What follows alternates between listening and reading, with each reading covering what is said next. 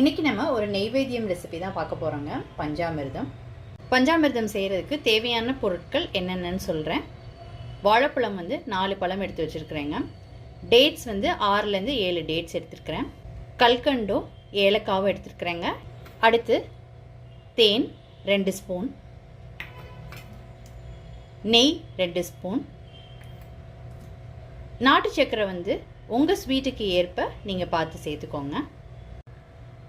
இப்போ வாழைப்பழத்தை தோல் நீக்கி கட் பண்ணிவிட்டு ஸ்மாஷ் பண்ணி எடுத்து வச்சுக்கோங்க. டேட்ஸை சீட்ஸ் ரிமூவ் பண்ணிவிட்டு கட் பண்ணி எடுத்து வச்சுக்கோங்க. கல்கண்டு ஏலக்காய் பொடி பண்ணி எடுத்துக்கலாங்க. பஞ்சாமிர்தம் செய்கிறதுக்கு தேவையான பொருட்கள்லாம் கட் பண்ணி ரெடியாக இருக்குங்க. இப்போ பஞ்சாமிர்தம் செய்ய ஸ்டார்ட் பண்ணிக்கலாம். இப்போ ஒரு மிக்சிங் பவுலில் கட் பண்ணி வச்சுருக்கிற பனானாவை சேர்த்துக்கிறேன். இப்போ இதை ஸ்மாஷ் பண்ணி எடுத்துக்கலாங்க. அடுத்து இதில் கட் பண்ணி வச்சுருக்கிற டேட்ஸை சேர்த்துக்கிறேன். அடுத்து கிஸ்மிஸ், அடுத்து நாட்டு சக்கரை, அடுத்து கல்கண்டு ஏலக்காய் பொடி பண்ணது, அடுத்து தேன்,